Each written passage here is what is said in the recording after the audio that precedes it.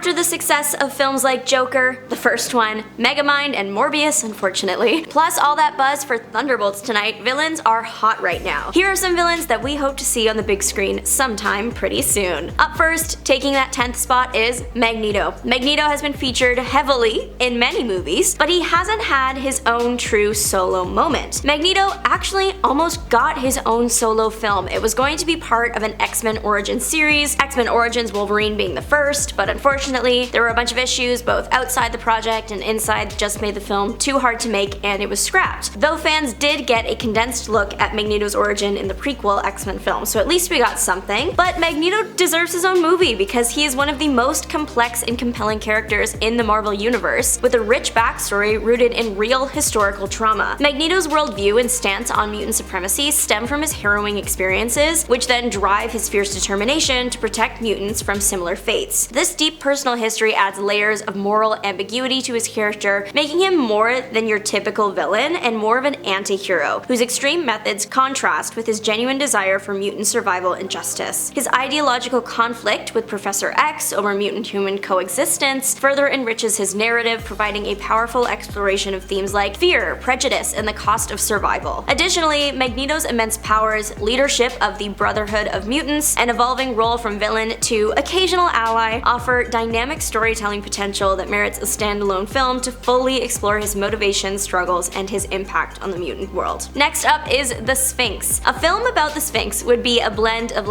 ancient mysticism, tragic immortality, biblical texts, and complex motivations. He was once the chief wizard under Pharaoh Ramesses II. He was banished after his magical prowess was deemed inferior to Moses. His discovery of the sentient Ka stone granted him immortality and vast superhuman powers, launching him into 5,000 years of wandering the earth, often intervening in human history out of boredom and existential despair. Unlike many villains, the Sphinx is driven not by a lust for power alone, but by a deep desire to end his own endless existence, making his story both epic and deeply personal. His encounters with legendary figures, mastery of both mystical and technological arts, and his role as a major adversary to heroes like Nova and the Fantastic Four provide a rich narrative material for a film that could explore themes of purpose, obsession, and the burden of immortality. Plus, anything that has to do with ancient Egypt and archaeology, it does well and it's interesting and I would like to see it. The combo of historical intrigue, philosophical depth, and superhuman spectacle makes the Sphinx a compelling candidate for a standalone cinematic exploration. At number 8, because she ate, is Stained Glass Scarlet. Now, I must admit that this is a bit of a biased pick because I'm personally very fascinated by her. I love her concept and design, and I really want to see more of her. In her original appearance, she was one of those one and done, one issue, that's all kind of antagonist to Moon Knight, but luckily someone else was also very interested in the character and decided to bring her back, again for one issue, but this time in the modern age. She was a woman mistreated throughout her life, which led her to seeking revenge and ending people. Eventually, she was ended in a church. However, the story of her life and how she successfully sought revenge made its way around, and pretty soon people started worshipping her and praying to her for revenge against those that wronged them. So many people did this that Scarlet became a god, a metaphysical being made of stained glass. I just think a movie about her could be visually stunning because of these stained glass elements and the fact that it would technically begin a few decades ago. In her first appearances, as a regular woman, she looked like an old Hollywood star in a floor-length gown, absolute diva. Plus, she's a Moon Knight villain, and Moon Knight is also very interesting, and I want to see more of him too, so it's two birds, one stone. At number 7 is a pick that is also pretty self-indulgent, Calendar Man. I love this Batman villain, he is so ridiculous. Calendar Man has already appeared as a small character in a couple movies and TV series, but A, I want to see more, and B, it isn't the version of the character that I want to see featured in these movies. The Calendar Man, heavily featured now in comics, video games, movies, he's really edgy. They made him grittier for modern audiences, and I do get that, it had to be done. But the Calendar Man that I want a movie for is the camp one, the one that themes his attacks to the holidays. The guy that changed his villain outfit 6 times in one issue to make sure that he was on theme with the crimes that he was committing. The guy that dressed like a snowman and a daisy and wore the moon as a helmet. The version that has appeared so far is not really that guy. The current guy is still obsessed with the calendar, of course, I mean it's in the name, but his expression of that is more tough guy. He's got a tattoo around his head of the months. The Harley Quinn show kind of combined this modern idea and the older versions of the character, which I did appreciate, but just imagine an animated movie about this guy, like a Christmas Batman special or something. Coming in at number 6 is Vandal Savage. He is compelling and unique with a narrative scope that spans the entirety of human history. As an immortal who has influenced and manipulated major events from the rise and fall of empires to some of history's darkest moments, Savage offers a villain whose motivations are rooted in a millennia of experience, cunning, and ambition. His origin gaining immortality, genius-level intellect, and superhuman abilities from a prehistoric meteorite, it sets him apart from typical antagonists, allowing for a movie that would blend historical drama, science fiction, and modern superhero action. Savage's complex psychology, ruthless pursuit of power, and ability to adapt across eras makes him a formidable foe for heroes like the Justice League, Batman, and the Titans, while his personal relationships add depth and emotional stakes to the character. A film centered on Vandal Savage would not only explore the dark side of immortality and the burden of endless ambition, but also provide a fresh, epic-scale perspective within the superhero genre, appealing to fans of both historical fiction and comic book action. And at the halfway point, coming in at number 5 is Kulan Gath. Kulan Gath should get feature film treatment because of his unique origin, his terrifying powers, and the fresh narrative possibilities that he would bring to the screen. Unlike many Marvel antagonists, Kulan Gath began life as a child worker who, after years of harm, ended his tormentor and assumed the name of the original Kulan Gath, setting out on a relentless quest for mystical power. Rejected by the Sorcerer Supreme of his era, he turned to darker arts, ultimately resorting to ending people and consuming other magic users, which unleashed a primal bloodlust and made him one of the most dangerous sorcerers in Marvel history. His ability to alter reality, possess hosts across centuries, and transform entire cities into nightmarish versions of his ancient world makes him a threat like pretty much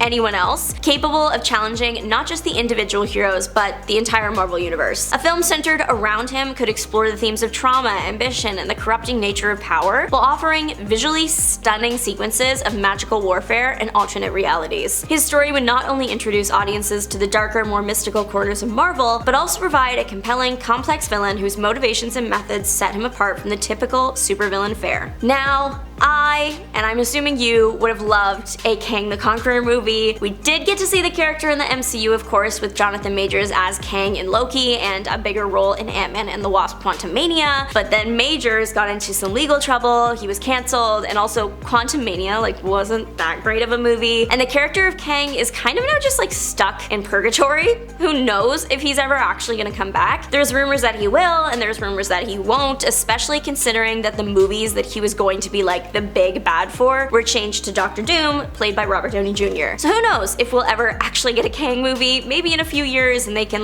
recast and make it outside of the MCU or something like that. Hitting the top 3, we have Mephisto, one of Marvel's most powerful and malevolent villains, ruler of a fiery nether realm and drawing strength from the souls of the damned. His immense cosmic power, mastery of manipulation, and ability to alter reality make him a uniquely dangerous foe who has tormented major heroes like Spider-Man, Ghost Rider, Thor, and the Avengers throughout Marvel history. Unlike typical villains, Mephisto operates through deceptive bargains and psychological torment, creating deeply personal and high-stake conflicts. His rich backstory as a devilish entity with mysterious origins and his multiversal ambitions add layers of complexity that would translate well to a dark, compelling cinematic narrative. Moreover, his iconic role in pivotal storylines such as Spider-Man: One More Day and his ongoing multiverse war against the Avengers highlight his significance and potential as a central antagonist, making a solo film about Mephisto a thrilling exploration of evil and power in the Marvel Universe. And for our runner-up, we have The One Below All. The One Below All deserves their own movie because they represent the ultimate embodiment of evil and destruction in the Marvel Universe, serving as the dark cosmic counterpart to the One Above All, Marvel's supreme being. Unlike typical villains, The One Below All is not just a threat to an individual hero, but to the entire multiverse, seeking to end the cycle of creation itself and leave nothing but emptiness and silence. Their influence is deeply tied to the origins of gamma energy, making them central to the Hulk's mythology and the stories of all gamma mutates, which would allow for a film that explores both cosmic horror and the psychological depths of characters like Bruce Banner, for example. The One Below All's ability to possess and corrupt powerful beings, including the Hulk and the Leader, adds layers of existential dread and personal stakes, culminating in apocalyptic scenarios. A movie centered on The One Below All would not only introduce audiences to into Marvel's most profound and terrifying force, but also explore themes of creation, destruction, and the duality of existence on a scale never before seen in superhero cinema. And finally, our top choice today, the Batman Who Laughs. I love this villain. He is so interesting, especially because he was once the ultimate hero, Batman. For a man that is so good at being a hero, it makes sense that he would also be so good at being a villain. The story behind the Batman Who Laughs is very, very interesting, and of course it provides plenty of opportunities for commentaries to be made on Batman, the real one, and vigilantism. The character design is haunting, and it's chilling, and it's hard to look at, and it would be easy to translate from the comics to the screen because it is just a guy. Plus, the character is made up of some of the most commercially successful characters ever, the Batman and the Joker. Put them together, and yeah, you're going to make money. The only thing that I imagine that's stopping this movie from being made is they just rebooted Batman, the Joker 2 just flopped, and you kind of need an established Batman to make this work better. The Batman Who Laughs I think would maybe work as an animated film, but I will take whatever they give me. But what do you think? Let us know which villain you want to see on the big screen. Don't forget to like and subscribe. Thanks for watching. Bye, nerds!